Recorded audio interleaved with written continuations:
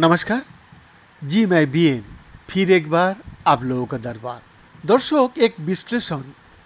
जी हाँ, एक विश्लेषण में माइग्रेन की नई दवाओं और आम दर्द निवारकों की तुलना में एल्ट्रिप्टन और रिजोट्रिप्टन जैसे ट्रिप्टन की श्रेष्ठता पर फोकस डाला गया है।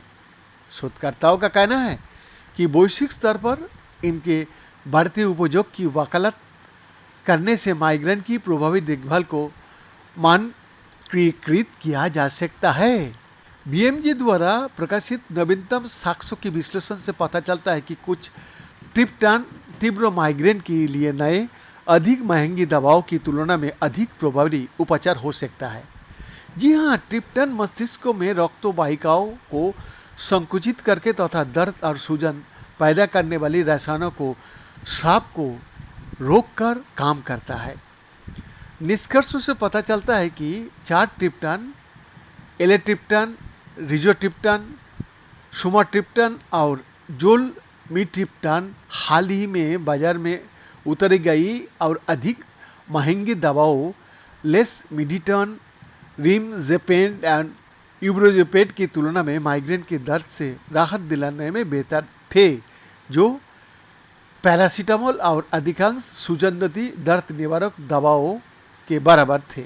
शोधकर्ताओं का तर्क है कि वर्तमान में ट्रिप्टन की व्यापक रूप से उपयोग नहीं किया जा रहा है तथा उनका कहना है कि सर्वाधिक प्रभावी ट्रिप्टन तक पहुंच को विश्व स्तर पर बढ़ावा दिया जाना चाहिए तथा अंतर्राष्ट्रीय दिशा निर्देशों को तदनुसार अध्ययन किया जाना चाहिए। माइग्रेन दुनिया भर में 1 अरब से ज़्यादा लोगों को प्रभावित करता है और 15 से 49 साल की लड़कियों और महिलाओं में विकलांगता का प्रमुख कारण भी होता है। कई दवाएं उपलब्ध है, लेकिन इस बारे में कोई स्पष्ट सहमति नहीं है कि कौन सी दवाएं सबसे अच्छा काम करती है।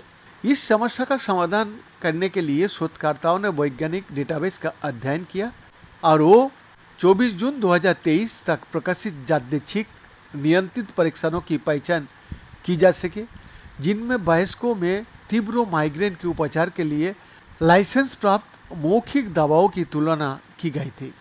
कुल 137 यादृच्छिक नियंत्रित परीक्षण किए गए, जिनमें 89,445 प्रतिभागी औसत आयु 86% महिलाएं शामिल थे, जिन्हें 17 अलग अलग दवाओं या प्लेस्मो में से एक दिया गया।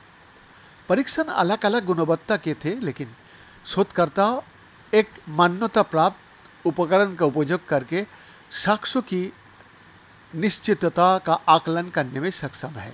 परिणाम दर्शाता है कि सभी दवाएं 2 घंटे के बाद दर्द से राहत दिलाने में प्लेसबो की तुलना में अधिक प्रभावी थी तथा पैरासीटामोल और निराटिप्टन को छोड़कर अधिकांश दवाएं 24 घंटा तक लगातार दर्द से राहत दिलाने में प्रभावी थी। जब दवाओं की एक दूसरे से तुलना की गई तो एल्ट्रिप्टन 2 घंटे में दर्द से राहत के लिए सबसे प्रभावी दवा थी। उसके बाद रिजोट्रिप्टन, सुमाट्रिप्टन और जोलेमिट्रिप्टन आया था, जो 24 घंटा तक लगातार दर्द से राहत के लिए सबसे प्रभावी दवाएं एलोट्रिप्टन और इब्रुफेन थी। शोधकर्ताओं ने बताया कि सर्वोत्तम प्रदर्शन करने वाली ट्रिप्टन को माइग्रेन के उपचार के लिए पसंदीदा माना जाना चाहिए तथा वैश्विक पहुंच और देखभाल के एक समान मानकों को बढ़ावा देने के लिए इसे आवश्यक दवाओं की विश्व स्वास्थ्य संगठन की मंडल सूची में शामिल किया जाना चाहिए। बीएन का एक्सक्लूसिव रिपोर्ट।